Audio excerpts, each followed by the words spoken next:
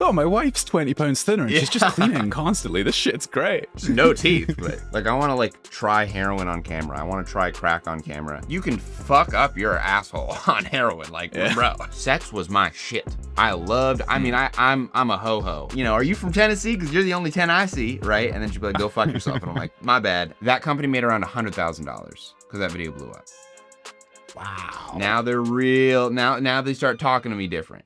You're a racist. Who cares? Is this a first date? So I want to start with some simpler stuff. We'll talk about your channel and things like that. Cool. But then I want to ask you some deeper, less obvious questions, like things that people can't just find by simply looking you up and seeing on your stuff that you've put out yourself. Yeah. We can get into some of the more pharmacological stuff towards the end. Like I am interested in the drug ship. Obviously that's like very cliche to just ask you questions about drugs and stuff. Of course. And then I also have some questions from my own community that they want to ask him some stuff towards the end, if that's cool with you. Yeah. Good. Okay. So I'd summarize your content at the moment as being focused in history, culture, botany, and pharmacology with some like science spin and stuff like that. You're clearly very invested in deep research on things and presenting things in a way that people can understand, which I really appreciate. I know you started with music. You said you dropped out of college to be a rapper, which is fucking hilarious. Yeah. And then you made cultural content on TikTok, focused on Egypt and stuff, I believe. Mm-hmm. I don't have TikTok, but yeah. And now you're on YouTube and your primary focus is ethnobotany and a few other experimental things. Your Legal High video was the first one that I saw and probably the first one that most people saw. I think that's when you like properly blew up. Yep. But you said you have an interest in branching out into other things. What would those be? I think I'm actually kind of living the dream right now. I have no notes. Like, I feel like, I don't know. I think at one point I was scared of being the ethnobotany guy because that means that I would be known for a thing. And I think that's scary for a lot of people. But I think I'm kind of at peace with it because ethnobotany really is like I don't know. I think of it kind of like, do you know the streamer Ludwig? Yeah. So I'm a big fan of Ludwig. I like Ludwig's videos a lot. And he's known for gaming and a certain type of gaming. But he also does videos like of him camping and stuff like that. And I think I can kind of do that now where I can make a video about some random shit that I'm interested in and people will still kind of watch it. So honestly, I'm cool with what I'm doing now. Yeah, because I think what you had said is that you were concerned about just being stuck in that thing and you wanted to like experiment a little bit more and stuff like that. And I think as well it's kind of the topic itself is a dangerous one. Like YouTube can just come along at any point and just fucking smite you. So. Exactly. Yeah. The guidelines are always changing and stuff like that. But it's definitely so two of my favorite ones that you've done, and I know they didn't gain as much traction as some of the others, were actually the travel videos. The one where you went to the UK and you were talking about the accents, and then when you went to Japan, you were eating the foods and stuff like that. And I like your style of travel stuff because it's like you like, what did you go to Japan for in the first place? Was it to film something, or were you there just incidentally? I was there. And you were it like, was stupid. I was like, let's just buy a flight, and like I went with my cousin. Fuck it. And it was that when they had that like flights to Japan were really cheap for a short period? Nope, I don't think it was. It. I think I was like maybe I was just balling that week, and I was like, yeah, I'll just buy a flight to Japan. But the England video, which I actually like. And it's actually got a lot of traction in England recently. I noticed that one did a lot better than the Japan one. Way better. I mean, it's also just a better video. Like the Japan video is just not good for a number of reasons, but the England video is like, I went there, I think, to visit my cousin who lives there. So I was just like, oh, while I'm here, I might as well talk to a man. So you say the Japan video. I actually prefer the Japan video, and I think that you're. Yeah, because so you've got ADD, right? ADHD. Yeah. I do as well. I got diagnosed as well, and I take medications as you do. But I noticed that your style, and this happens in a lot of your videos, you'll have certain cutaways and things that you just go on tangents about, like the whole whaling thing in the Japan video. I really appreciated that because it's like, oh, that's interesting. Now we're talking about this thing, and it was like going back and forth on different stuff, which I guess for a lot of yours is not traceable, but I like that a lot. I think that's what I have to learn how to do it right, because I think that's just naturally. I think a lot of people watch me for that same reason, because they go down these like stupid rabbit holes. But there's a way to do it to like be appealing to everyone. So that's something I'm trying to work on, you know? Yeah, and to pick which tangents you go down exactly. as well. I do the same thing in any creative process where you just end up with 100 different sidelines and things that you're trying to do, and it's just not sustainable at all. Yep. My video that is coming out in a couple days is it's about the ephedra plant of ancient China that I try, but then I go on like a massive rant in the middle about like meth history. And I'm like, I love those are related. So they're like the Japanese synthesis, and then very good, widespread very use good in the German military and stuff. Oh, I'm into drugs as well. We love that. I don't talk about it, but we love it. Yeah, Nagai Nagayoshi, synthesized it, and then I just didn't. I was fascinated. Just I just found a bunch of historical documents, not a bunch, a couple of historical documents about how it was prescribed in like the early 1930s, and it was like, wow, you guys had no idea what this was. They were like giving it to alcoholics. They were giving amphetamine sulfate. It was over the counter for a while, wasn't it? What'd you say? It was over the counter for a while, wasn't it? Oh, yeah. Same with like laudanum and stuff like that in the States. It's like when drugs first come out, they're just like, oh, this is fun. Let's just sell this. Exactly. Exactly. It took them till like the 1970s to schedule it as this is like a problem. But it was like a weight loss thing. Meth was a weight loss, like a predominant weight loss supplement for a while. It's really good. Yeah, because it makes you completely not hungry at all. Yeah, exactly. It's pretty good weight loss supplement. Oh, my wife's 20 pounds thinner and she's just cleaning constantly. This shit's great. Just no teeth, but... So I noticed as well, you said in one of your videos or interviews that you wanted to get potentially like a deal with Nebula or a deal with Netflix to do some sort of bigger thing, like maybe like Hamilton Morris style sort of documentary. What was your vision with that? Like what's the goal going forward? Honestly, I would still that's still like a huge plan because of just YouTube. I want to do stories on like drugs. Like I want to like try heroin on camera. I want to try crack on camera. I think it would be fucking like a lot of people would watch that. Like a lot of people would watch that. But like in my style of like highly educated, like this is nerdy, this is fascinating, this is not as scary as you might think it is. I would love to do that. I think that would be really cool. That I will never be able to do on YouTube. But yeah. Have you considered? I mean, obviously platforms like Rumble and stuff like that have far fewer. I mean, this would be something for Patreon or that, I suppose. Yeah, and people say that, but it's like also I'm not gonna do heroin on camera for 100 people to view. You know, if I'm gonna do it, I better get viral. Yeah, fair enough. You want it to be like old school Vice, where you actually have like a proper audience to do that in front of. Exactly. Yeah. So, speaking of, what was your interview with Hamilton Morris like? I know that's coming out soon. It was. Ooh, you did your research. You're good. I did.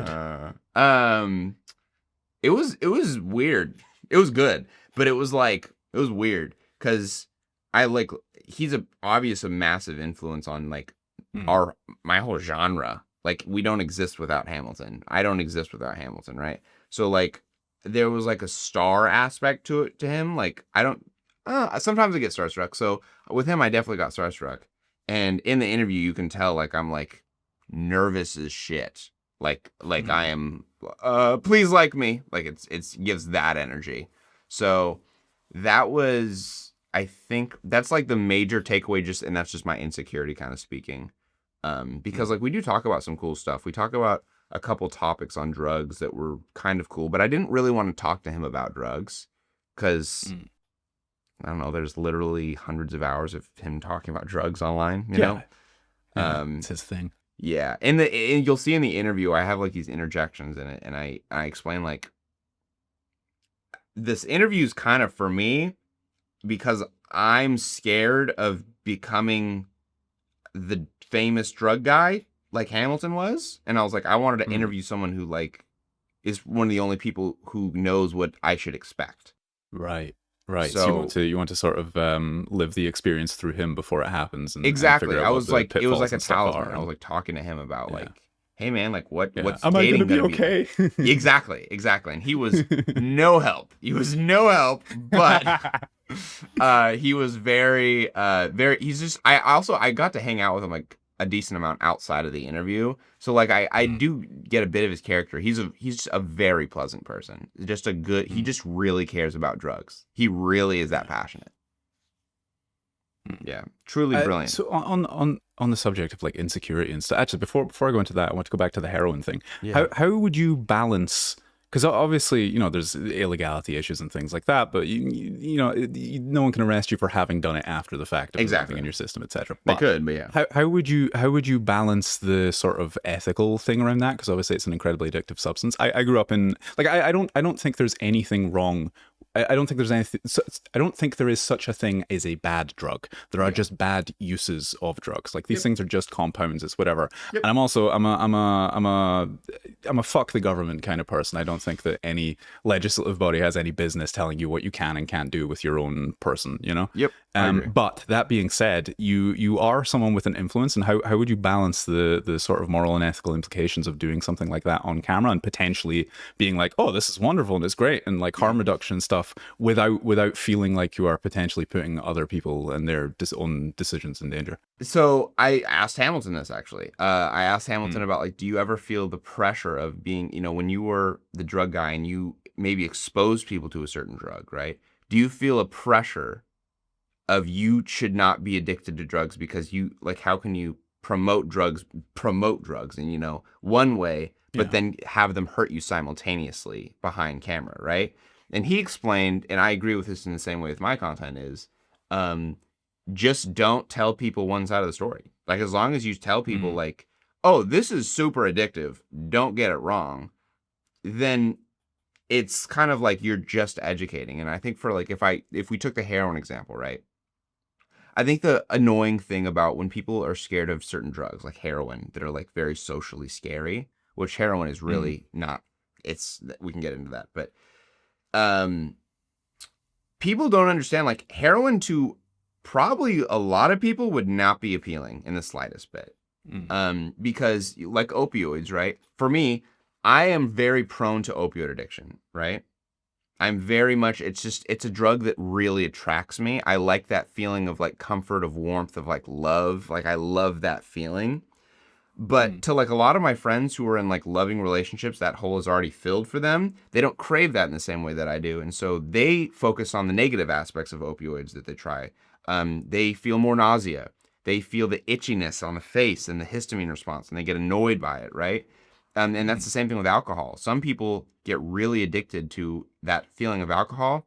I don't see any part of my life where I get addicted to alcohol. I just don't. That it doesn't appeal to me. I don't see the appeal, even though it's a highly addictive drug, right? It's the payoff is not worth the consequence. Exactly, and that's, I think, with heroin, a lot of people would be surprised that it wouldn't be for them. But in the video, I think it would be very vital for me to tell people, you know, it's going to fuck up your testosterone. It's going to fuck up your motivation. There's the risk of constant fentanyl, contamination. There's so many risks, and I think that's part of the story that I think makes it interesting. So incontinence as well is one of the things. Like if you tell people they're going to shit themselves, they might not want to try. Exactly. Oh my God. But the amount of like you can fuck up your asshole on heroin, like bro. I had so as I say, I grew up in Scotland, and there was a lot of the cities have quite serious heroin problems. But something that sort of changed my perspective on it, because obviously, like, you know, I grew up in the schooling system, and it's like these things are terrible and evil, and everyone's gonna get fucked up by them, which is true to an extent, but it's all about moderation and responsibility. But I had a friend that I used to. It's kind of a tangent. I used to busk for money. I used to be a street performer, and I had a friend in Edinburgh that would let me stay with him anytime I was there.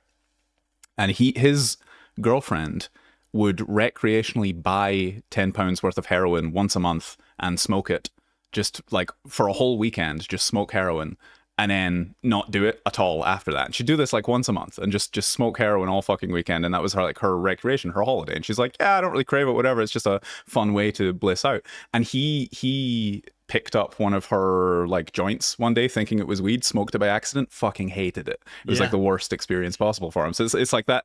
So you got the junkies on the street that are absolutely fiending and like coming up with you foaming at the mouth and stuff. You've got this woman that's reasonably well put together, like a little bit unstable as you have to be if you're the kind of person that does that, right? But reasonably well put together, has a job, like her life's functional, but she just smokes heroin once a month and has been for several years. And then you have this other guy that tries it once and just completely cannot stand it, hates the experience. And I think the thing that I have heard about, and I can't remember who said this, I'm sure you might know, but it was a guy that he was on Rogan a couple of times. He was talking about addiction and things like that. Black guy, and he said that I think so. Yeah, short hair. He'd been on like a TED Talk and stuff as well.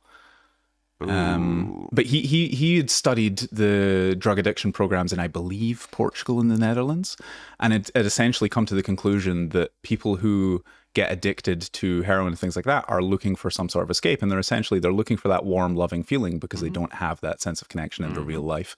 And so the people that get addicted to these things are the most disenfranchised people. They're the people that need an escape. Not all of the time, obviously, but a lot of the time. And so what these programs did is they took the money away from fighting and persecuting these people and instead put it on giving them legal, government dosed heroin, but also giving them a support network and a job and stuff like that. And they noticed that a lot of these people, when they were in therapy and they had a job and they had like a sense of purpose in their life and friends around them, they stopped taking the heroin of their own volition. That's a big thing that I've been thinking about. I've been in my recent interviews with some people.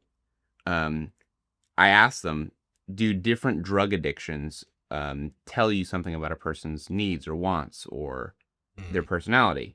And it's like someone who there's almost, this is a bit of like astrology woo woo, not scientific, but it's still fun to think about. I love that stuff. Certain drugs attract certain types.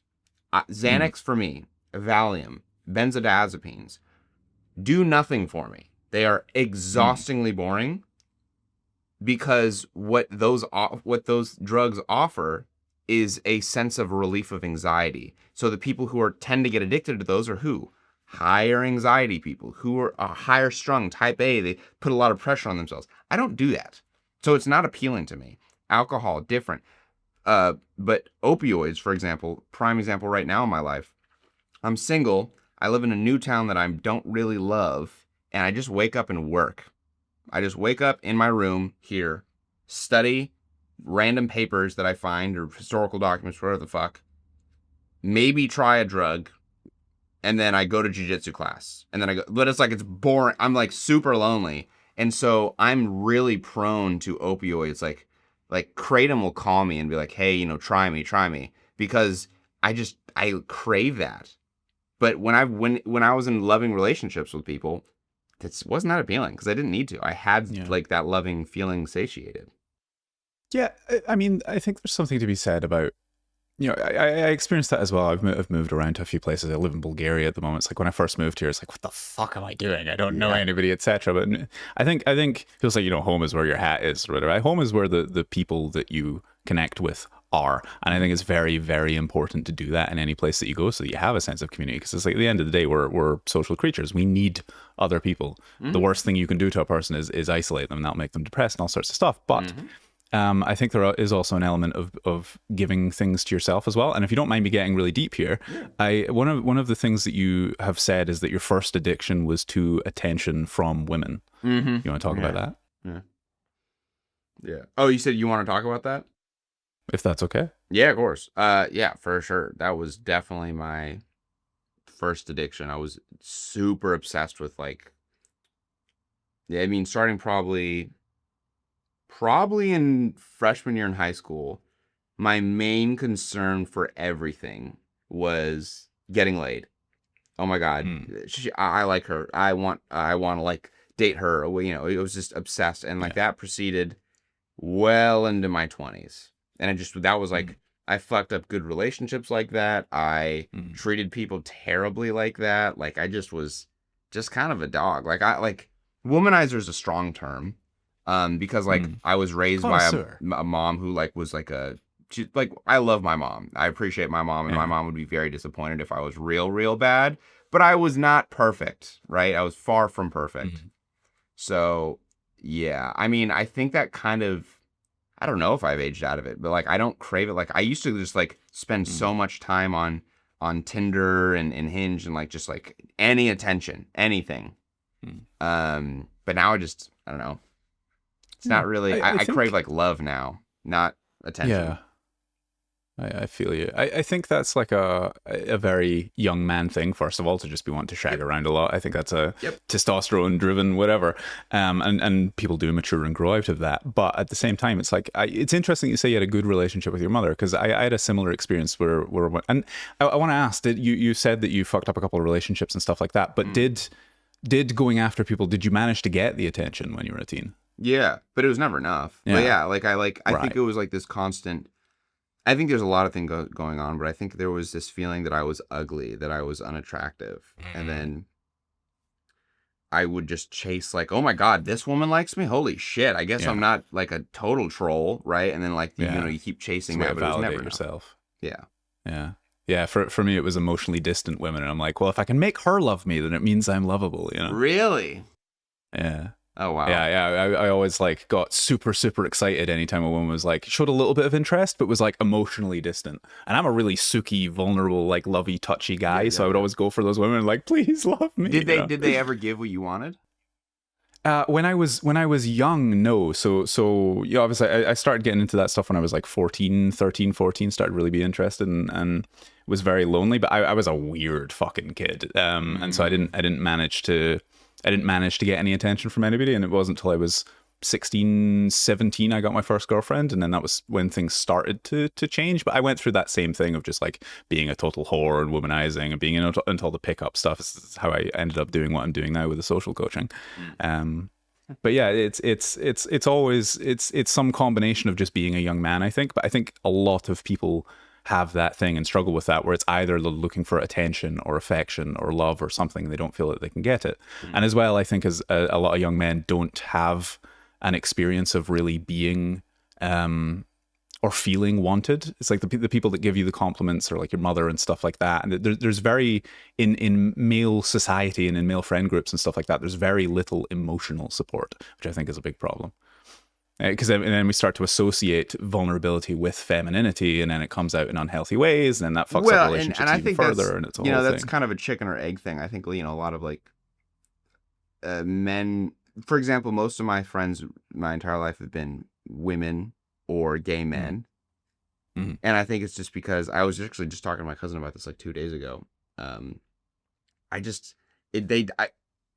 There's an emotionality and emotional intelligence that feminine energy brings that male energy can bring, but it's not readily available. And it's like, is it our society, or is it just like something about the male masculine energy that lends itself to not great introspection? Yeah. So that's an interesting question. What do you think it means to quote unquote be a man?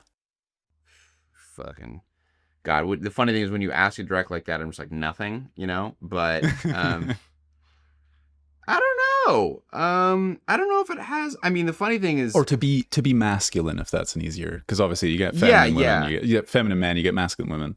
Yeah, I don't know. I think it's I was thinking about this the other day that for me, feminine energy is empathy.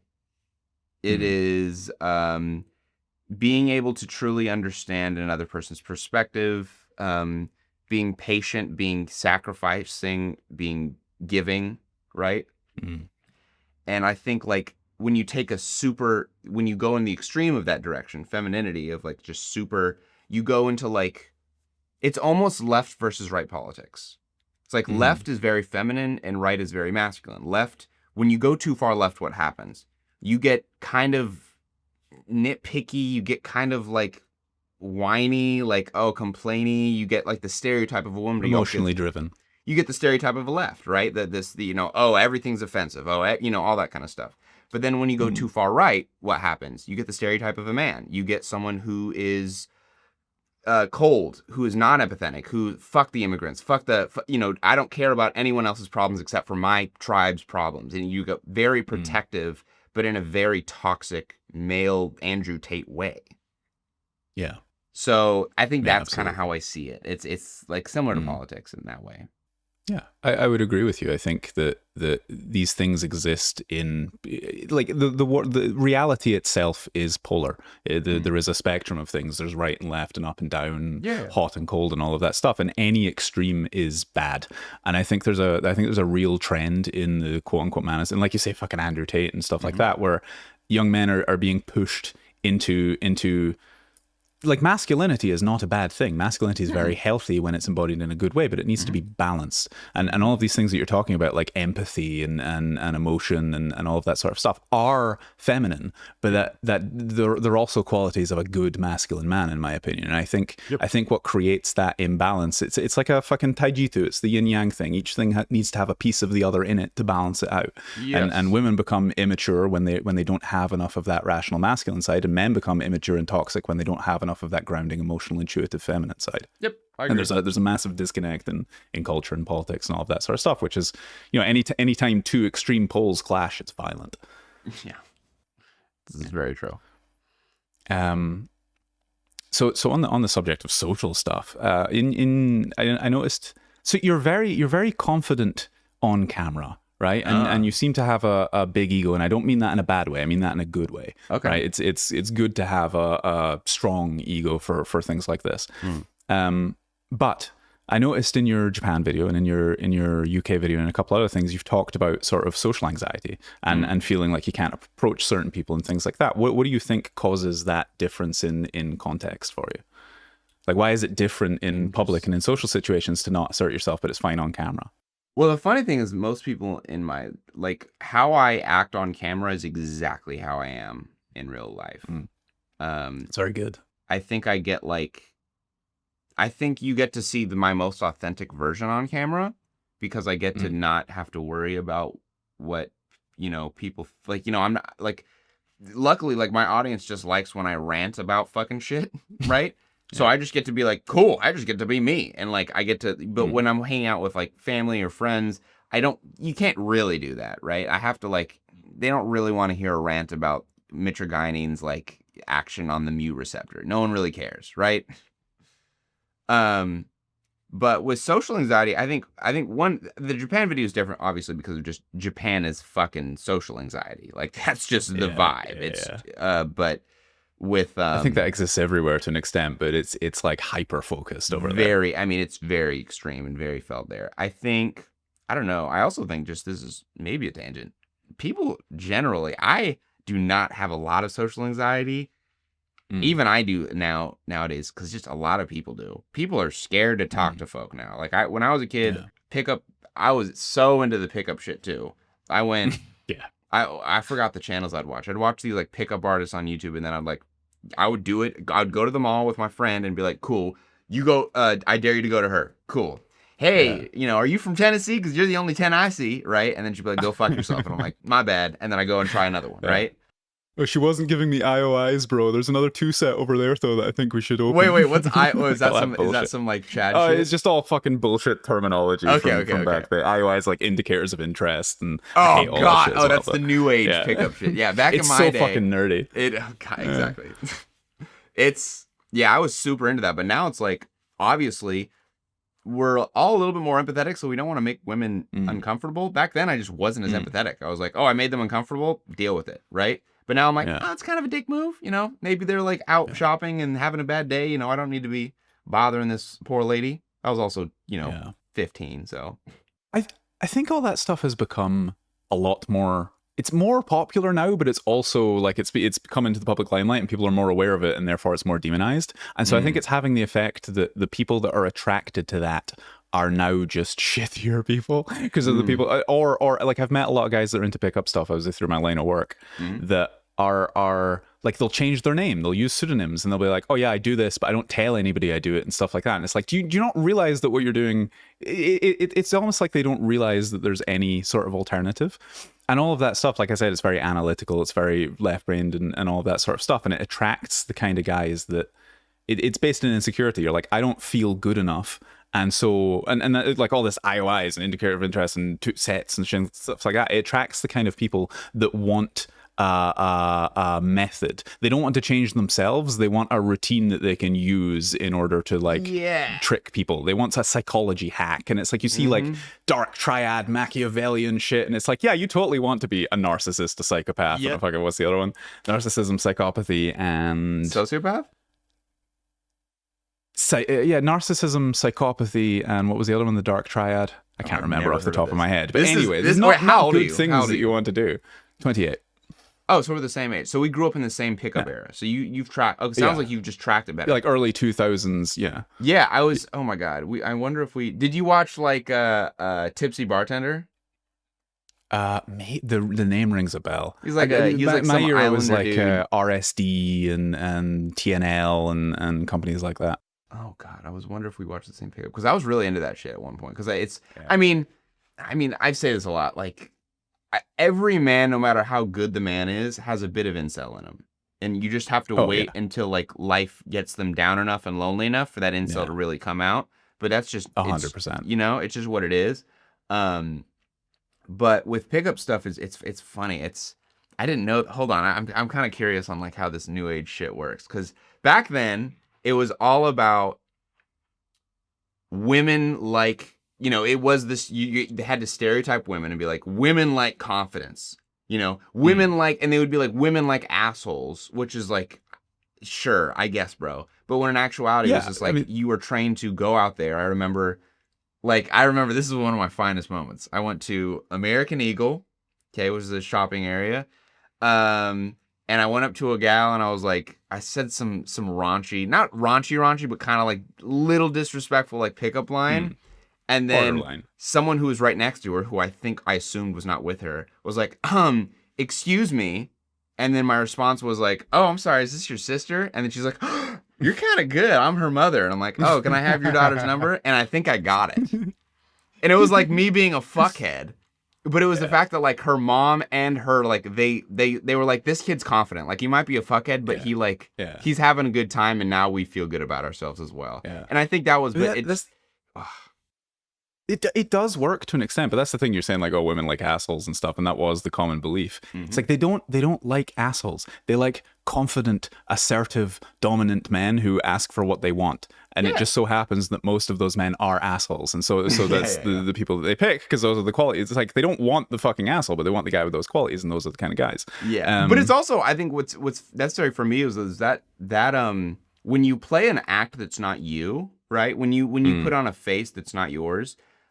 You might attract women, but you're not going to attract a woman that is a healthy relationship or a good, because you're going to have a face. Absolutely. Now. It's like now like I'm nerdy, and most women are not. Like, I'm physically, I think, like somewhat like attractive, I suppose, but there's a lot of women who are not attracted to me because I'm super fucking nerdy and like kind of give off a bisexual vibe.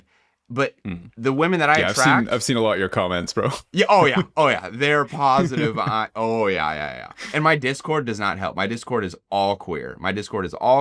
All gender queer. It's very, But I also attract, the women that I do attract, it's awesome relationships, because I just get to be me, because they love me for me. So absolutely. Yeah, a lot of that the main issue with the pickup stuff is that it does work, and so people build this worldview around it, but it attracts the kind of people that are insecure or know you're playing games with and all this stuff. And the worst part about it is because it's fundamentally based in insecurity, because what you're saying to yourself is you're like, I am not good enough to get people with who I am, so I need to pretend to be someone else. And then what happens is you start to attract people with the mask on, and all it teaches you is, oh, I was right, I am actually not good enough. And so God forbid this woman would ever find out who I really am, because there's no way that she would actually love me. And so it just isolates you further and puts you in this little shell within yourself. It's horrible. But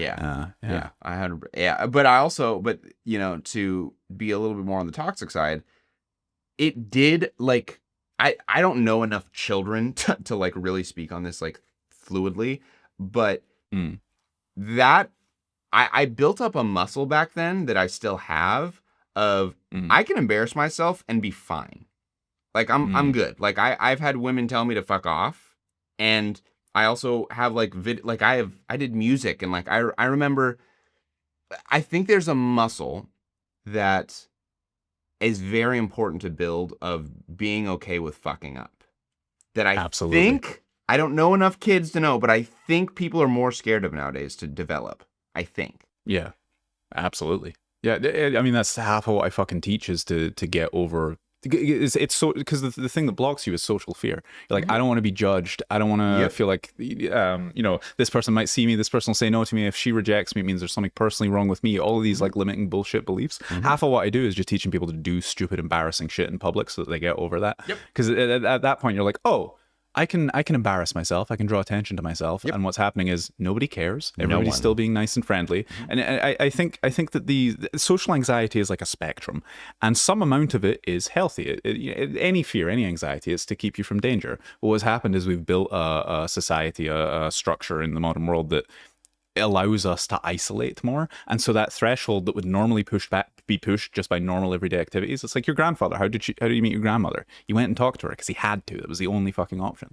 But now we got like Tinder and all of this bullshit, and so that threshold is slipping to the point where now people are like, oh, I can't even take a phone call without feeling anxious. It's bad, and also, but it also goes both ways because women are not used to guys doing that, and so now they get even more bigger red flags when a guy does do that. Because in all fairness, the guys who do that probably are a bit more of a red flag, potentially. Absolutely. Yeah. So I always say, I wasn't planning to talk too much about my side of things, but since we're on the topic, there's if you ask most women, would you like to be approached in the street by a random guy that finds you attractive? They will say, fuck no, right? They'll go, no, that sounds horrible. I would really hate that. But almost all, let's say, of the women that I've done it with and my clients have done it with and stuff like that, and I've gone up to women on boot camps that I'm doing where I've been filming, and I walk up to them and go, hey, this was on camera, do you mind this being released and stuff like that? And almost all of the time it's a resounding yes, and they go, yeah, I wish more guys were doing this is great, I love this. Cool. And I think what differentiates is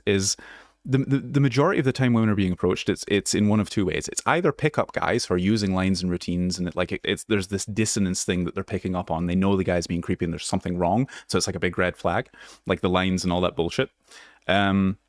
Or it's just completely crazy people that don't understand the implications of their actions. And so part of what I teach is to do, because it's like, as a man, you're physically bigger, you're stronger, you're more imposing, all of this stuff. There is an element of physical threat there. And obviously as the man, you're the pursuer and stuff like that. So you have to learn to do it in a way that is non-threatening. And basically the energy of it isn't, I need to get your number, I need to fuck you, whatever it is. It's, I like who I am as a person. I'm going to give you a genuine, authentic compliment and then try and gauge your interest and ask if you want to keep talking. And if you don't, I'm going to wish you a nice day and fuck off. Are the people that are in your Discord or enjoy your content or whatever you're coaching, what is their age? I've had so at the moment I'm let me start again. I used to work for an American company that had been doing this since like the early 2000s. And so we built up like a big demographic base, and it was anywhere from like 18-year-olds. The youngest client I had was 17. The oldest has been like 45, 45, 50. Yeah. Were these people that like lend themselves to more incel? No. So the best clients are the ones that come in open mind. Like I'm trying to sort of, I see it as my sort of mission to deprogram a lot of the pickup stuff, because the vast majority of men's dating advice out there is really toxic. In fact, women's as well, to be fair. Yeah. The vast majority of dating advice out there in general is really, really bad, and it's based in insecurity and fear. And so all the behaviors that come about as a result of it are toxic, and it works to an extent, but it doesn't get good results. And so I see it as my sort of purpose to try and fix that a little bit and spread a different message and a better message. And one that, it's like everything that I teach, I'm essentially just teaching people how to get more comfortable with themselves and seek compatibility rather than trying to make people like them, and get over all of the negative beliefs. Like, I'm not good enough, I'm not attractive enough, I don't have enough money, like all of that fucking bullshit.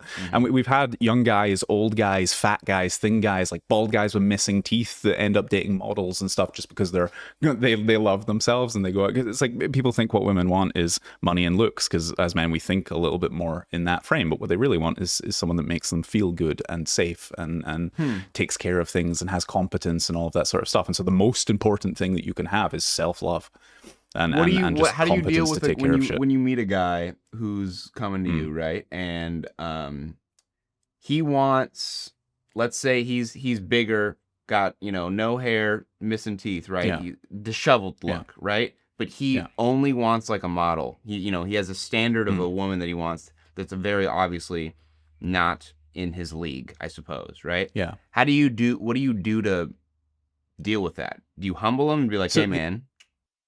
Yes and no. The idea of leagues to begin with is bullshit. Like people have this idea of it's usually the 10 scale. Like I'm a 3 and she's a 7 or whatever, or a 10. But all that does is create an imbalance in your mind where you are essentially what you're saying is she is better than me, right? Because you're going, she's more attractive, I'm less attractive, therefore she is better than me. That's the subconscious conclusion that guys come to. And that's where all the pickup stuff started, where it's like, okay, so I need to neg her and give her little subtle compliments to make her feel worse about herself and make her feel insecure, and then simultaneously lie about who I am to make me seem better so that there's an imbalance the other way so that she wants to fuck me. It's all based in power dynamics. And it's the reality of the situation is it does not work like that at all. The reality of this situation is it's a spectrum.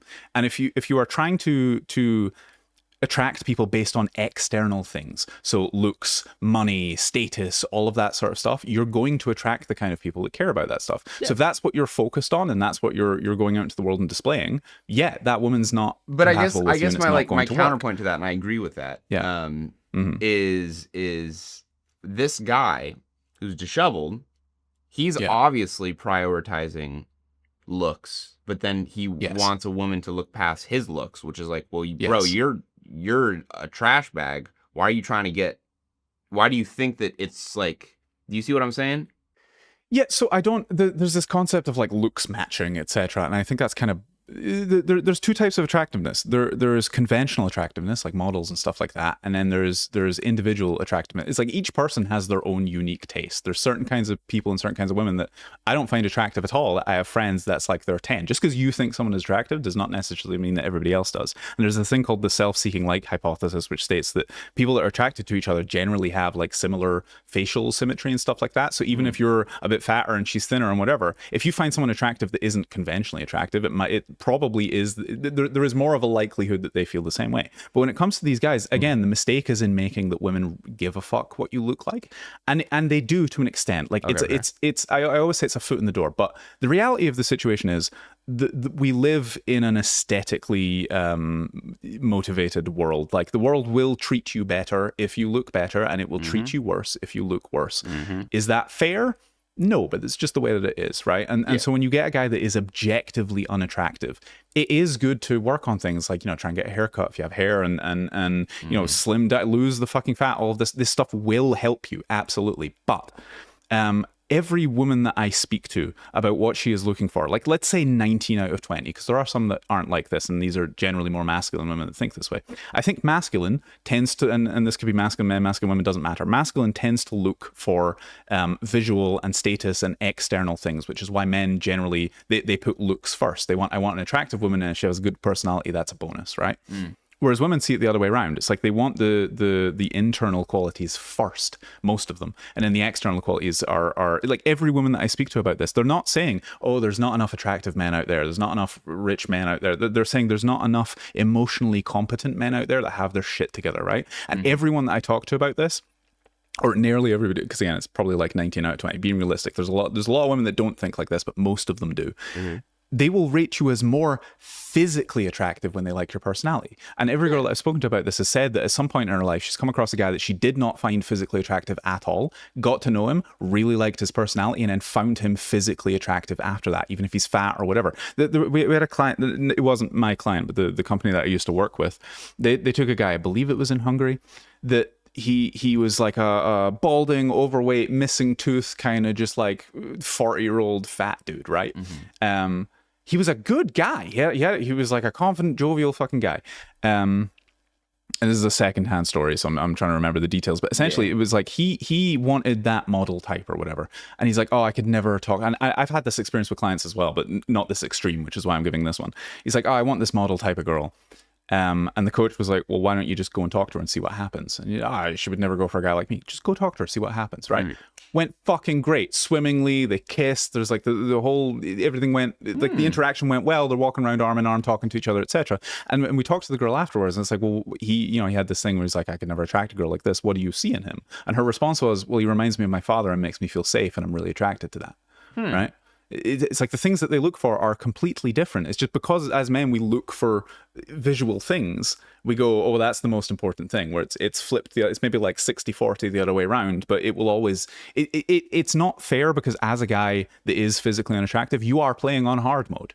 But the mistake that they make is they get rejected 4 or 5 times, and then they go on the internet, and then they go fucking Tinder. They go on Tinder, which is an entirely looks-based app, right? And I could pull up the statistics for Tinder, but it's really skewed and really fucked. Like, unless you're in like the top 5% of attractive men, you're basically going to get fuck all results on Tinder. Yeah. And so what happens is they just assume that that's the way the world works. It's like, no, cunt, that's the way that Tinder works. Yes. It's like, that's the game that you're playing. Well, and I think that's part of, I mean, yeah, I think I have like some like disagreements on the mentality of some of those men, but I also understand this mentality. But with like Hinge, I empathize completely. Yeah, because my whole thing is I'm of the, I think, very popular point of view on TikTok is like, yeah, okay, bro. Like if you want a dime, cool. You know, you can be fugly all you want. You better be rich as shit, because she has all the right to want money, which I think a lot of I think that's a totally fair trade-off.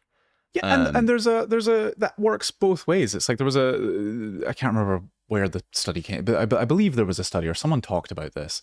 That as men get into more like as you get into like CEOs and like really high level industry kind of business guys that spend fucking 120 hours a week working or whatever, they're just spending all of their time working. They start to look for women that are more physically attractive, like eye candy. They don't give a fuck about like the partnership and compatibility, because they're kind of sociopaths, and they want that kind of women. And in those kind of women, they want the rich guy that's working all the time, so they can just spend his money at home and not worry about it, and just sit around looking pretty. And so it's like that in itself is compatibility. And going back to the whole 10 scale thing, at the end of the day, what it comes down to is if you are looking for value things, and it's not even if you're looking for that, but if you're displaying that, if that's what you're trying to attract people with, you're going to attract the people who are into that. If you instead focus on the internal stuff like confidence and self-worth and self-love, and refining your personality to the point where you know what you are and what you want, you can look for primarily attractive women, but what you should really be looking for is attractive women that have those qualities. And not only does this sort of change how people perceive you, because you have more respect for yourself and therefore people treat you better, but you start to show people that you're not just like, because you know what, you walk up to a fucking pretty girl and you're like, hey, you're really pretty, and do you want to go out sometime?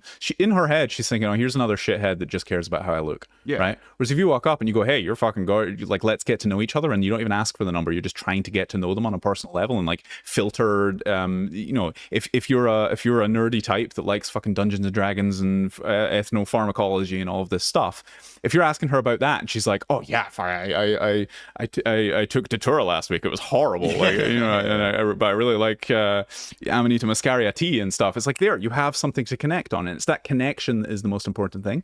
And the people that you attract through that, and the women that you attract through that, are the ones that stick around. It's like all the pickup guys and the red pill guys are like, oh, women, they, you know, hypergamy, women are always looking for the next opportunity, and they'll cheat on you and leave you for someone else. It's like, that's because you're attracting the kind of women that are looking for surface level things. So of course, when someone else comes along with more surface level things, they're going to just jump ship. Did you fall for red pill?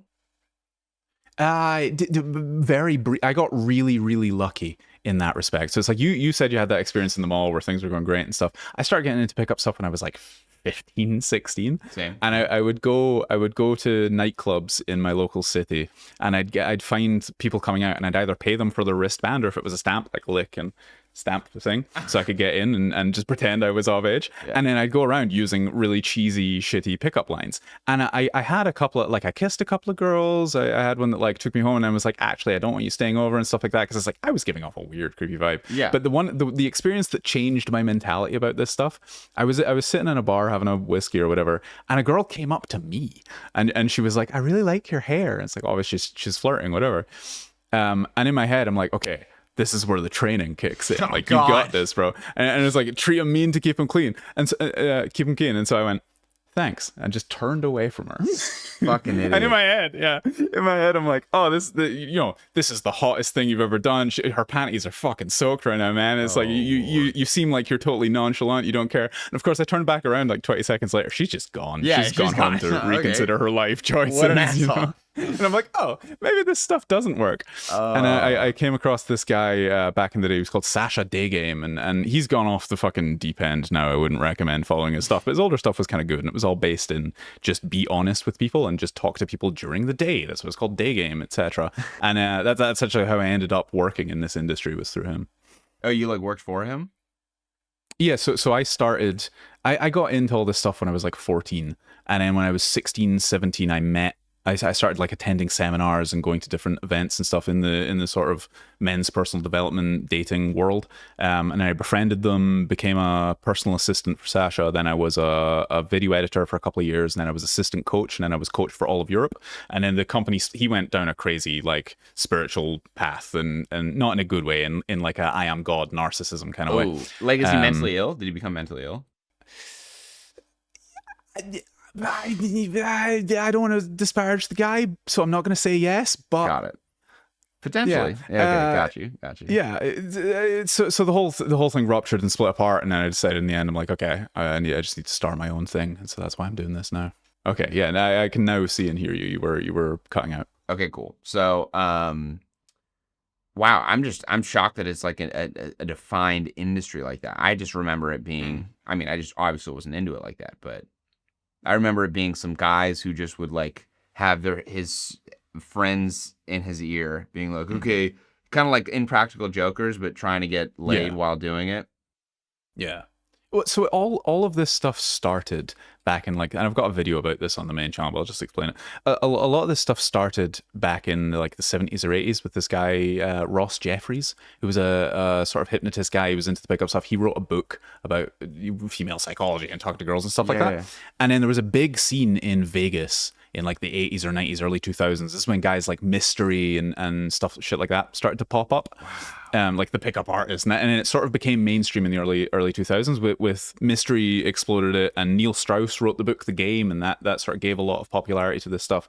And then essentially all of the red pill, all of the pickup stuff it's all basically the same stuff as started back then. It's all based in like psychology. There's this concept of the natural, and the idea is that there are men who are naturally good with women, and if you can just emulate their behavior, you can get the same results. But what they don't realize is that it's not about what you're saying and doing, it's about how you're saying and doing it. It's the energy and intention behind things that matters, because it's about authenticity. Well, okay. Your internal state needs sorry, on you go. No, because you're passionate about it. But okay, so wow. How many of these people, these like pickup like guys, ended with like happy marriages? Fucking none of them. Okay, got it. Okay. I mean, there are guys that are married, and there's more. It's sort of evolved into the red pill stuff that you see now, and that's all the hypergamy and basically the core tenets of the red pill are like women are essentially children, and you should treat them that way and hold frame and dominate in order to keep them in your life. Yeah. And that is true of certain women and certain men. It's like the whole thing is, if you behave, it comes back to everything else. If you behave that way, you're going to attract that kind of people. Exactly. So and then out of that evolved the black pill and the incels and all of that. It's just a big online circle jerk of some guys who have pickup experience and have results, who are then teaching lonely men sitting on the internet at home with no real world experience overly analytical nonsense stuff to seem like it. Because exactly. That's another thing about the whole manosphere thing. There's a lot of guys and I've met so many of these guys, that they start learning something and then they immediately go from the role of I'm learning this thing to I am now a coach, I'm a teacher, I'm a guru. And they're just and this is a big problem in the pickup world, because they're all just parroting the same stuff. And even if they have like a little bit of experience, but nothing real, right? And I think this comes from the need to, like, they want to feel, this is the reason they get into this stuff in the first place, is because they want to feel valuable. And so the best way to feel valuable is to pretend to be an expert. Well, I mean, in all honesty, isn't that kind of you as well? Like, it's like, it feels good to be valued and to bring value to other people. That's similar to me as well.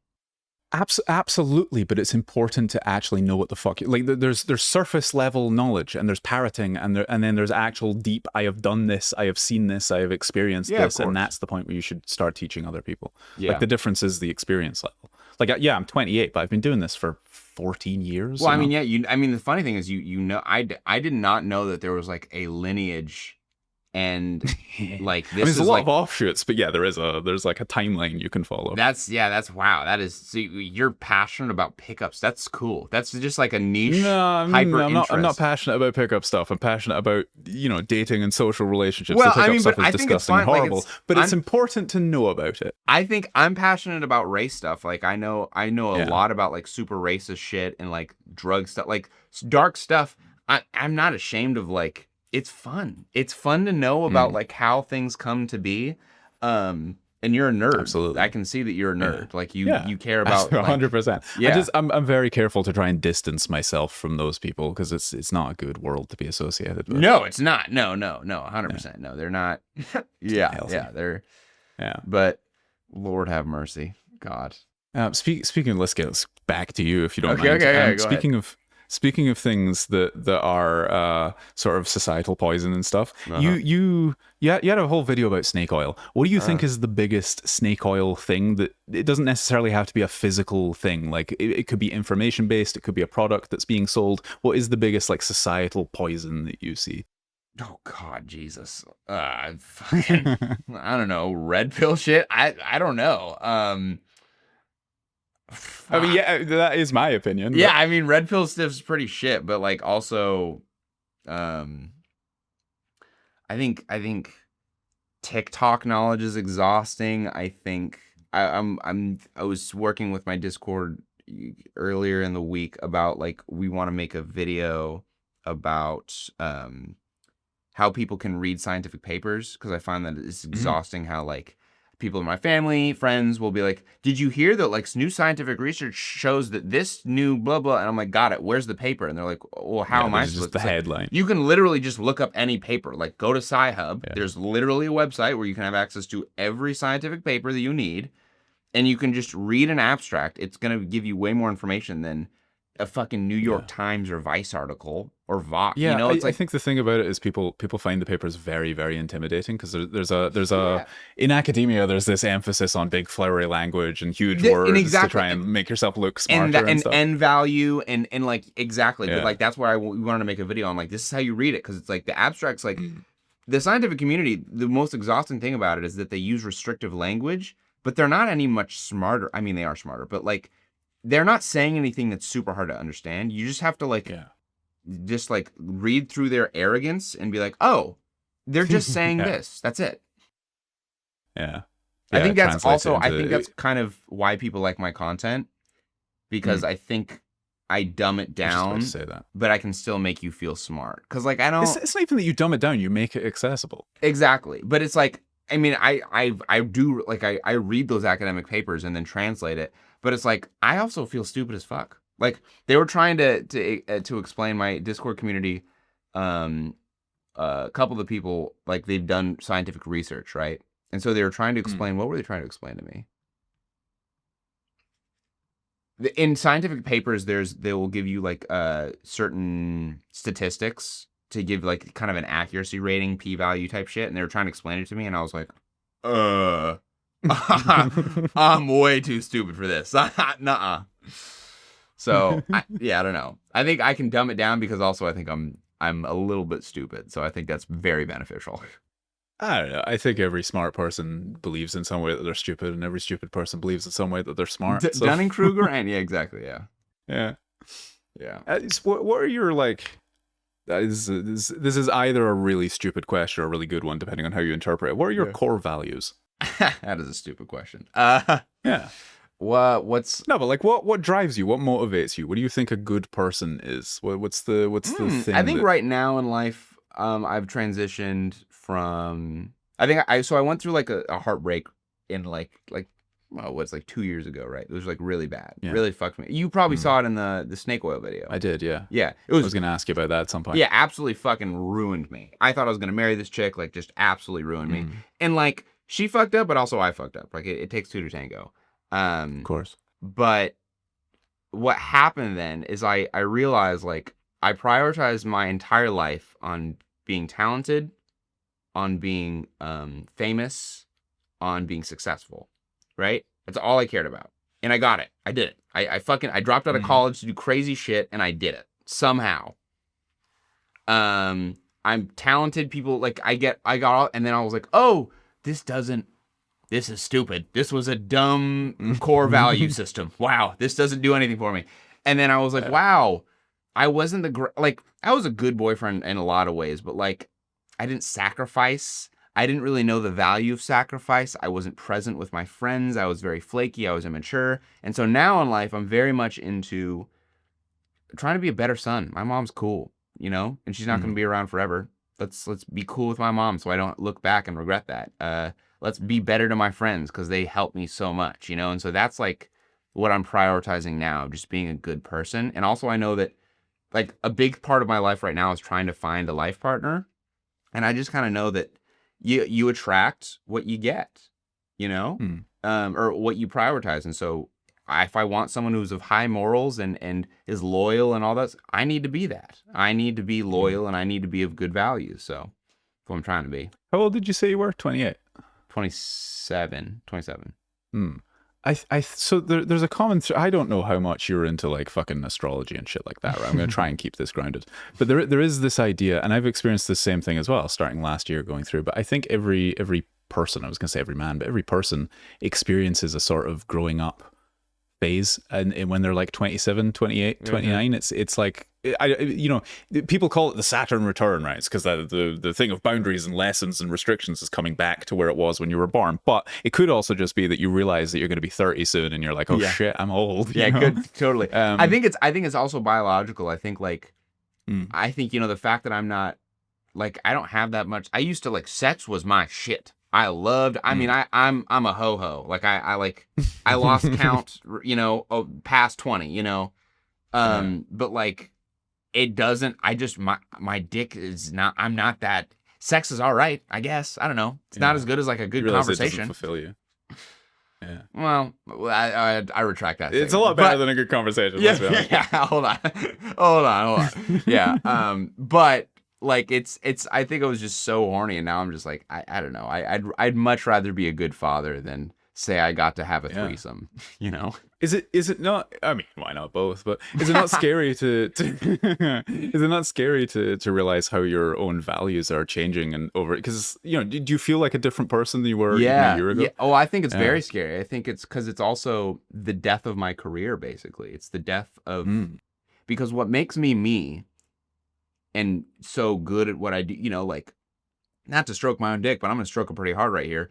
I score this videos, like I do everything. I edit everything, film everything, research everything. It's all me. And like, I even like make some of the music that's in the background of the videos that like, it's like, I'm talented as fuck. I'm super proud of that. Right. I've dedicated my life to being called talented. Right. I love being called talented. But now I'm like, oh, that's a stupid priority system.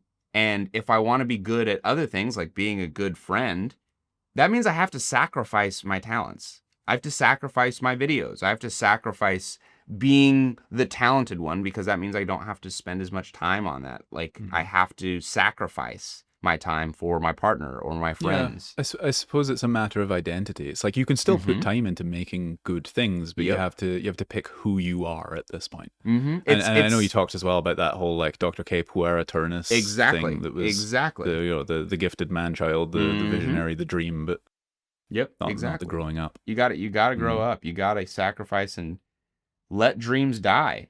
And, that's a lot of my friends, living in LA, that's something that always happens around 27, 28. What happens is all of the kids who are there, who move there to be a musician or an actor, around 27, 28, everyone starts to give up. They start to succumb to corporate life. They start to, maybe I'm just going to be this type of teacher, And it's not, you can look at it. When I was 20, I saw it happen for the first time. My drum teacher, who had like been on tour, right? His name is Andrew. He was amazing, super talented, brilliant drummer. Went to the best school, was on the Colors show, just amazing, right? Got 28, moved out of LA, moved to Oregon, got married, works at like REI or something. And I was like, wow, that is so depressing. He gave up on his dream. But then I'm like, damn, I envy that motherfucker. Like, he gave up all that stupid shit. Now he has like a wife that he loves and a kid, and like he's just like living the life. Yeah, you start to realize that that's what's actually important. Exactly. Yeah. All the other stuff is just ego. Yep. On the subject of things that get let go, and I know you're still into music and you like playing and stuff like that, but it's not so much of a big focus in your life. And I was the same. It's like my parents wanted me to be a musician. I used to do music for work. I would busk, and that's how I traveled and made money and all that sort of stuff for years. And it was a huge part of my identity, as I think it was or is with yours. What's your, but again, I had to give that up to focus on this, and you gave that up to focus on the YouTube and stuff like that, and for more for things that benefit more people, I guess, or for just a different form of thing. But what is your relationship with music now? I always think of it as a form of emotional, like all art is just a non-standard form of emotional communication. It's a way to make yourself feel things and process things. It's a way to allow other people to do the same, you know? Yep. Yeah, no, I mean, I mean, I've given it up. It's sad. It's literally, I think yesterday, I was listening to the new, what song was it? Lizzie McAlpine's song. It's called, I think it's called Pushing It Down and Pray or something. But it's like I love Lizzie McAlpine for a million reasons. She's really talented. And I like felt inspired, I think, yesterday. And I was like, oh my God, like this song makes me want to write about something that I'm feeling right now. And then I opened Logic and I got my bass and I started to like sing. I started to get my guitar. And then I was like, wow, I'm not as talented as I was. So I feel frustrated. Kind of like blue balls, creative blue balls, where it's like, I want to talk about this, but I don't have the skills anymore to do it efficiently. And so I just didn't get to tell that story and express that emotion, which kind of sucked, but it's the sacrifice I made. Yeah. I mean, it doesn't mean that you can't continue to have that for yourself as well, though. But obviously, the dream of like being a touring musician and all of that stuff is well. But I mean, even like I've given that up, and I don't even kind of want to be a touring musician at all. But like, but even just like it's the sacrifice of knowing that, like, yeah, I guess. You know, when people say that, like, well, people always say that to me. Well, you didn't really give up. You know, you still know how to play piano and bass, and you've been doing it since you were 7. Like, I know how to do all of it, but like when you do it at a high level, you know, when you spend hours and hours a day like practicing, and you like get an intimate relationship with music and your hands and your instrument, you realize that if you don't keep up with it, you lose it, and it's super. It's like an old person remembering what it was like to sprint and run and just having to be like, I'll just never have to do that again. And that kind of sucks, but I guess that's what life is. It's sad, but it's also priorities at the end of the day. What'd you say? I said it's about priorities at the end of the day. You got to pick the thing that you focus on. And it's frustrating, but also it's fine. I get fulfilled in other ways. Yeah. No, I feel the same way, but it's like I got this guitar. I still love to play, like I write songs occasionally and stuff like that, but it's just not. I always tell myself I'll go back to that when the work is done. You know, like there's other more important things to be focused on. Yes, I mean I still love music. I still like playing. I've written a couple of songs. Like it is a big part of my life. It's just not something that I am pursuing as actively. And I notice the same thing. It's like, oh, my fingers don't have the calluses anymore, and it's like I'm losing my voice is not the same as it used to be when I was younger, and etc. But you got to pick your lane. Really on the subject of that, do you struggle with procrastination? Of course. Yeah. Because I don't know, it's like I want to do this YouTube thing and all of that sort of stuff, and I made a couple of videos, but I find it very, very, very, like I'm great at just turning up and ranting, but I find it very difficult to sit in front of a camera and pick a topic and you know what helps? Having a company say we're going to pay you $3,000 if you have this video next week. I'm like, got it. What is I want to know as well, what is the process for getting sponsored? Like, how did you get your first sponsorship? How does that work? I was actually going to you always see people like, we're sponsored by these people, but you don't ever hear the story of how they acquired that. It is, I was going to make actually, did I delete it? I was making a video on answering that in depth, but I think I might have deleted it. Oops. So in the beginning, when you're like when you don't have like any subscribers, like less than 1,000 or less than 10,000 even, or shit, less than, it's fucking hard. And as time goes on, it gets easier, but it also doesn't. So in the beginning, what I did was you have to accept shit deals. You have to, don't take any money, just get free products or just use affiliate links. That's what I did. And then I think what happened was that drug video blew up. I hit up a bunch of companies before the video came out when I had nothing, right? And I said, hey, do you want to give me $200 and I'll mention your company in this video, okay? They all said, go fuck yourself. Okay, sounds good. But then one of them said, go fuck yourself, but here's an affiliate link. Got it. Put the affiliate link in there. That company made around $100,000 because that video blew up. Wow. Now they're real. Now they start talking to me different, right? Now we're having deals. And then I had that statistic. I had that, hey, this company made this much money. And then I put another affiliate link, and they probably made around 50, 60,000 off that video, right? Nice. So I was making bank. And then I hit up Karuna Kava. That was the first company. and I called them. I just looked up Karuna Kava. I'd heard of them through like another small YouTuber, and they sponsored your trip, didn't they? Yeah, but they were the first company that like actually gave me money and sponsored me. And I called them at their kava bar in Idaho, and I was like, "Hey, is your CEO there?" And they're like, "Sure." And then they got him on the phone, and I was like, "Hey, I have a crazy idea. I'm a YouTuber. I want to go to here and do the store." And he's like, "Deal," on the phone. Just called him. Yeah. Yeah. And then, yeah. So that worked. Got paid not a lot of money. I didn't make any money off the trip, but I paid for the whole experience. And then as you get more and more subscribers, you have these things called agencies that will come to you. So right. And they start reaching out and they're like, we'll find you deals, but we'll take a cut. Exactly. Yeah. But you have to, there's a lot of shady agencies. The industry's changing. Yeah, I've heard a lot of those are scams. Yeah. I just got given a contract the other day where they were like, yeah, we'll get you like amazing deals. Like they had access to like every sponsorship I'd ever wanted. And then they were like, but you're exclusive with us. And I was like, nah. No. Yeah. You want to be able to pick your own stuff as well. Exactly. And choose products that you like and trust. Exactly. And are going to be valuable. You don't want some shitty fucking product that you start like shilling to other people and then your reputation's ruined. Yep. 100%. Yeah. So your family is part Coptic, part Scottish? No. Wait. How did you said somewhere you have? You said in one of your videos you have some Scottish ancestry. Yeah, I'm Scottish. I'm American white Scottish. Yeah. You're Scottish. Yeah. I'm Scottish. You know. Yes, the whole thing. People are like, "Oh, I'm Irish." No, exactly. You're just obese. Exactly. I got like a like I think I got, what is it called? What do y'all call it? Like a kilt. I've got a pattern. A tartan. A tartan. Sure. Yeah. Exactly. So that's a whole. If you're going to do more travel videos, that would be a really good one to go to Scotland and learn like how the history has kind of been falsified and gentrified and all the tartans are fucking bullshit. Like all of that stuff's really interesting. Is it total? Hold on. Is it total bullshit?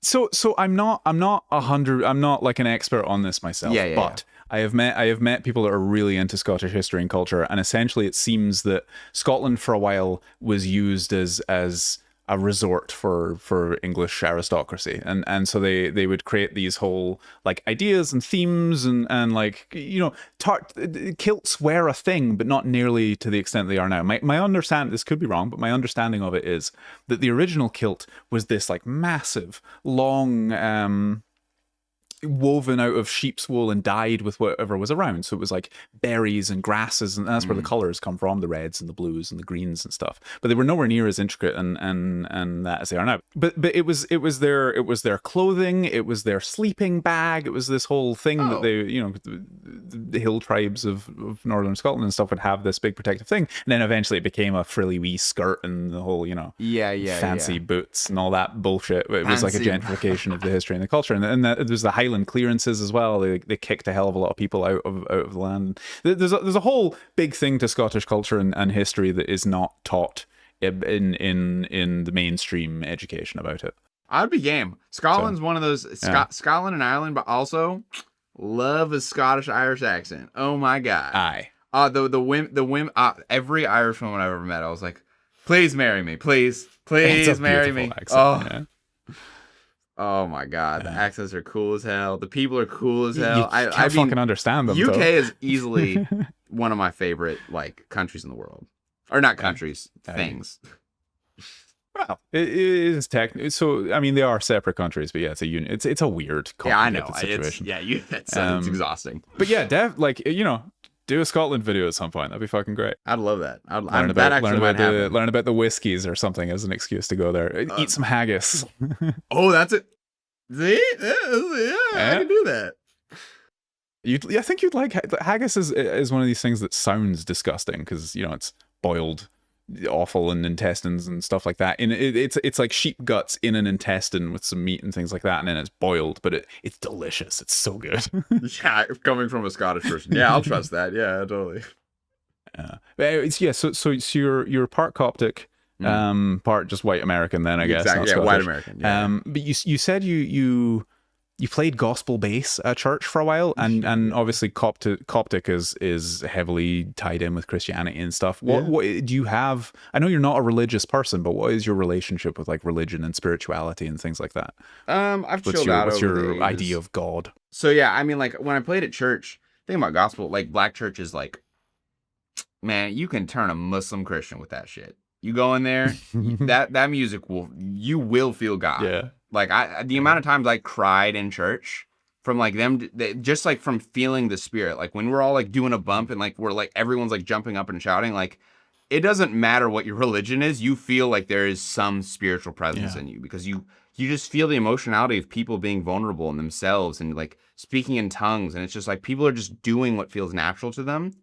And like, I think that kind of thing, it's like, I'm a huge fan of. I think it was very healing for me too. I did it for like a job, but like I did it because it was also a dream. And like, it's just so, it feeds your soul in a way that atheism just doesn't have an answer for. And I grew up very like being told like atheism is the way. And like, I'm not religious now, but like I have a lot of empathy for people who are, and I think it's something that atheist people lack a lot of, and I think there's not an answer for. No, I don't think you need to be religious to have some sort of. But what would you describe yourself as? Agnostic or spiritual? I tend to like. I'm not even gonna answer it because like, especially with social media, I like to keep it vague. So if you want me to be Christian, I'll be Christian. If you want me to be Muslim, I'll be. I'll be whatever you want me, baby. Anything you want, I'll be. Because I don't like people, especially being Egyptian. Like, religion is everything. So, if you want someone to trust you, you have to, I don't know, you have to. You have to speak their language. So exactly. And I don't, and I think in all actuality, we all speak the same language, but people think we speak a different language because their religion's the different, but it's not. It's the same thing. I think if there is a God, he or she or it doesn't give a fuck how you connect as long as you do. Yep, I think that's a fair thing. I don't even think I think about it as far as like if there's a God or not. I think I'm just kind of like, my mom was always like, the only thing we care about in this household is the golden rule. And that's it. So the golden rule? The golden rule is treat your neighbor as you want. Treat others as you wish to be treated, right? I was thinking golden ratio for a second. I got really confused. What? Your mom's the chat? I'm like, excuse me? You guys are scientific or what the fuck? So speaking of Egypt, you expressed an interest in moving back there? Yeah, I'm moving there in 13 months. Fucking hell. South, I suppose. South? You said South Egypt? Yeah, because that's where your family's from, right? Fuck no. No. Hell no. That's like moving to Alabama. Cairo? No, I'm pass. I will be in like the Sinai area. I'll be in like Sharm el-Sheikh and Dahab and all that kind of area. Been there. Yeah. You been there? I not there specifically. I went to Egypt very briefly for a week. I spent 2 days in Giza and then the rest of it in central Cairo. Okay. But I loved it. It's great. The air pollution is fucking terrible. Oh, it's bad. The energy of the place is magic. Yeah, it's fun. It's a crazy city. Yeah, it's I'm excited to go there. I'm going there because I gotta get my Arabic back up. I gotta get it down pat. Yeah, you're talking about reconnecting with your family there as well. Which exactly. Is quite a good thing. Exactly. And I'm like the only. Yeah, I love. Sorry. No, go ahead. Yeah, I love that there's shisha for like $2 everywhere as well. You can just smoke shisha all day and play backgammon. It's fucking great. Oh yeah. I'm a complete that's my drug of choice is nicotine at the moment. I'm a complete nicotine fiend. And you choose cigar?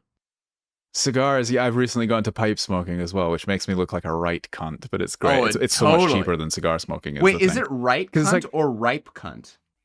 Right cunt. Oh, really? A right. So a good cunt's one of those words that it's very flexible. So a right cunt is like a real cunty person. Yeah.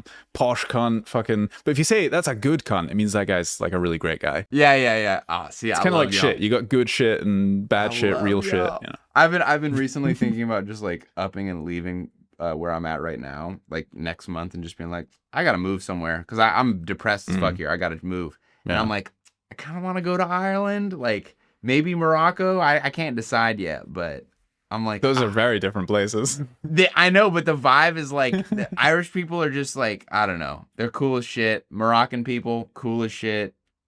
Rwanda's kind of cool. I don't know. I can't. Well, if you find yourself in Bulgaria at some point, you got. That's not on the list. I'm not gonna lie to you. That's not even kind of on the list. Bulgaria's great. People think about Eastern Europe and they're like, oh, they think about the Hostel movies, But it's not. It's good. I have only seen one horse and carriage in the past year. Okay. Oh God, yeah, you're selling it hard, brother. Yeah. Ooh. The women are very beautiful. Yeah. Yeah.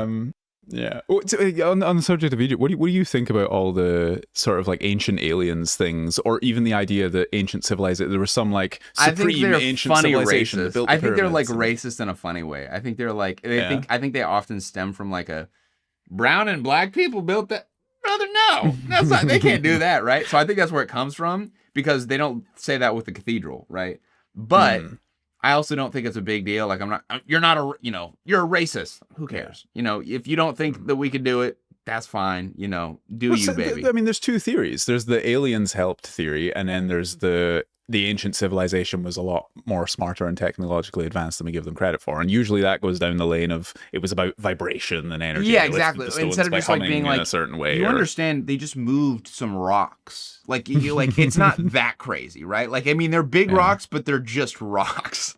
Yeah, what people claim is, we could not do that with modern technology. It's like, I think we have police. I think we could definitely do that. But it's more about the precision of them as well. Like there's certain like numerical values that are particularly interesting. They were really good. I mean, Bob Breyer, they line up perfectly with where Orion was a certain period of time ago and things like that. I mean, it was impressive. Like the guy who taught me most of Egyptology that I know, Bob Breyer. And I didn't learn from him personally. He just has some like amazing lectures. He like talks like they're pretty insane. Like they use like leveling systems using water. Like they thought this shit through. And the pyramids of Giza, that wasn't the first try they did. They have other pyramids that collapsed and didn't work. Like they failed a ton and then figured it out. Yeah. There's pyramids all over the world as well. Like people think about it as an Egyptian thing, but it's like they're in Mesoamerica. There's some in Italy. Like there's some in China. Yep. Yeah. It's a very stable structure. It's good shape. I like triangles. Same. Here's a stupid question. If you were going to be any shape, what shape would you be and why? Gay. What the fuck? What the hell? There's a point to this. Is this a first date? I mean, I'm not wearing any pants. Are you Winnie the Pooh in it? You're Winnie the Pooh in it, huh? I don't know. I don't even know. A circle. Why? What are people? Does this question ever excite anyone? Where they're like, "Damn, that's no." The whole point is that. So how much do you know about British humor? I know it's good, but fucking stupid and annoying. Yeah, we like really shit jokes. The reason I asked you is so I could say I like circles as well, because that's how I roll. Oh, so this was a whole. That's how I roll. So I could. Yeah. So hold on. What if I went down a whole like deep like explanation of like I think it kind of represents like my hardships as a child and like kind of like rolling through it, and you were like, it would be even funnier at that point. That's bad. Oh my god. Okay. All right. Let's get into the drug shit. Okay, there are some questions people want to know about certain drugs and things like that. So one of the things that I want to know, you said, or that I want to hear you talk about, in one of your videos you said, and I think this is the quote, saying it's not a drug, it's a medicine is dishonest, not because it's not true, but because it misleads people into thinking that their constant use of it is medicinal when it's not. Ooh, the way you read that makes it sound like a bar. I kind of spit there. It's a good quote. What the fuck? Hold on, run it back, say it one more time. Saying it's not a drug, it's a medicine is dishonest, not because it's not true, but because it misleads people into thinking their constant use of it is medicinal when it's not. Yeah. I mean, no notes. Is there? You just want me to hear me rant on that, or what? Yeah, basically, yeah. Yeah. I mean, fucking yeah. I think, people. I mean, this goes to just like the idea of medicine as a whole, just kind of broken in a lot of ways. I mean, it's not a big deal, but like people will be given heroin or they'll be given meth, right, by a doctor, disoxin, right, or methadone, or whatever the branding is they're using in what era, and then be given and say, this is going to help you with this, with depression, with weight loss, whatever. And because a doctor touched it, it's medicine. But if me came up to you and said, I've got some clean meth, you would never say that's a medicine, even though it's the exact same compound, no difference. There might be some purity differences, but like, you know, you can test out of that. So like, it's a broken idea. It's a broken idea where like people will become dependent on things and lie to themselves continually. You know, in the Hamilton actually brings this up where he's like, you know, a time where he's the most concerned with someone is when they have pathologized their problems in association with the drug. So it's like someone said, well, I need Adderall because my ADHD, like it actually hits me differently. Like they almost talk about it like it's vitamin D, not understanding that it's like, that's not how this medicine works. Like, I mean, God, yeah. When you read the history of how these medicines, like using ADHD medication, the way that we use it now is fucking old. Like I think there could be some benefit of us reanalyzing how we think about it. Yeah, I mean, it definitely does help. I speak from experience, you know that as well. But it's like you have to understand that it's speed. It's literally speed. You want to take some speed, and then they think of drug addicts, and then it's like, you know, we're doing speed. Exactly. So, you know, and I think you've seen my videos, so you know, like, you know how I feel about this kind of stuff. But yeah. It's at the end of the day, it's the intent of the use of things, right? You know, there is no such thing as a bad drug. It's just bad uses, and everything's a fucking drug, from sugar to fucking. There's a chemical in cheese that makes you feel a certain ways, like as addictive as cocaine. It's like exactly. It's all just fucking chemicals at the end of the day, even the stuff in your brain. And the same thing with like things like heroin or meth or crack that people are super scared of. It's like they're really not that interesting. I promise you. When you like study chemistry, the more you do, you're like, oh, really? Heroin? Like that's what you guys are scared about? Heroin? Like read about other opioids. Like it's just also, I mean, I can go on so many rants about opioids. Yeah, people get I don't want to go too far into that stuff because again, people get it on your channel. I'm more interested in the other shit. But you want to roast me for my cigars? Why? What's wrong with cigar smoking? Because you're a guy that's like, I'm gonna help you get some pussy, and I'm not Andrew Tate, but I do look like Andrew Tate. Do I? That does bother me to an extent, actually, yeah, because people are like, oh, you only smoke them because you're trying to be a fucking Andrew Tate clone. Yep. It's like, I've been smoking cigars since before I knew who the fuck he was, you know? I love nicotine, and I hate cigarettes because they're full of bullshit and nasty chemicals and stuff, so I started off smoking. I've never smoked cigarettes. I started off smoking cigars, and the only reason I've moved to a pipe now is not to look like an old fucking refined man, because it's a shitload cheaper. It is. Yeah, it is. It's so much cheaper. Why don't you just hand roll cigarettes like the rest of fucking Europe? The fuck? Because I tried that as well, and you can buy cigarette tobacco that is unadulterated, like Pueblo and stuff like that. It's just, or American Spirits, like 100% pure tobacco, but it doesn't taste this because the curing process and the drying, like there's more of a process. And because I started with cigars, the taste of cigarettes is disgusting to me.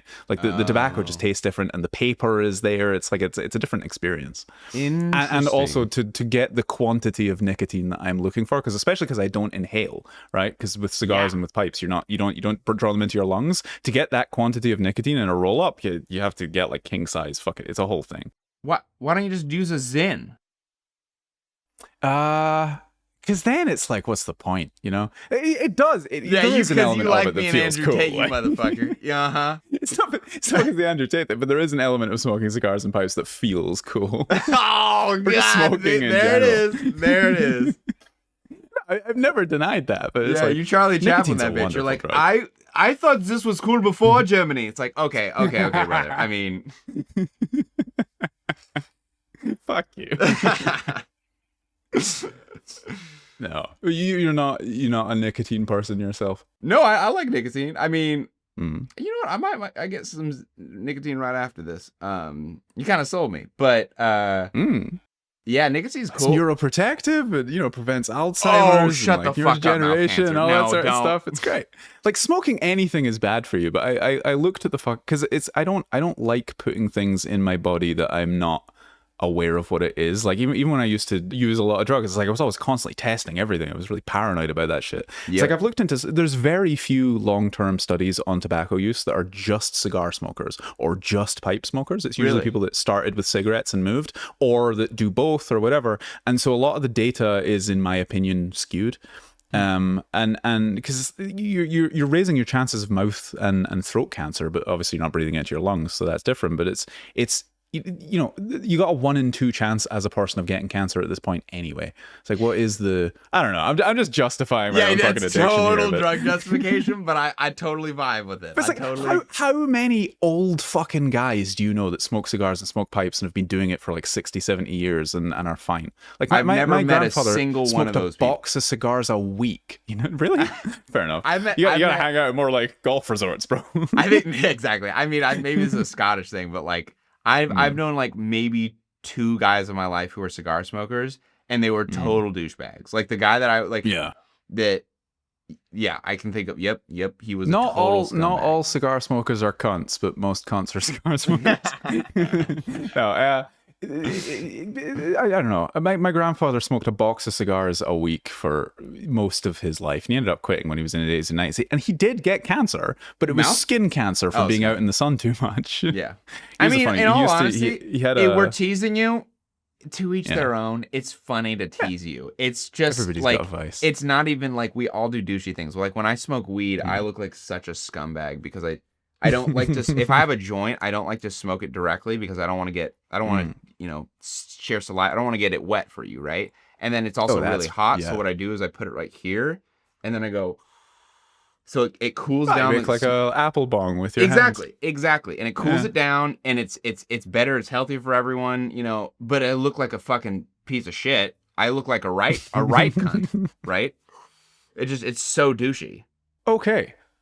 Members questions, if you don't mind. You into child abuse, are you? Yeah, big fan. Would recommend. It's like brushing my teeth. I masturbate every first thing I do when I wake up, jack off. Last thing I do when I go to sleep, jack off. The furry community is autism. I'm a big proponent for sobriety. 2 weeks ago, I locked myself in my room, for a week straight, doing nothing but jacking off, doing drugs, playing Hogwarts, and eating food and having a pile of plates. This room smelled like cum and rotting food for a week. And guess what? I regret nothing.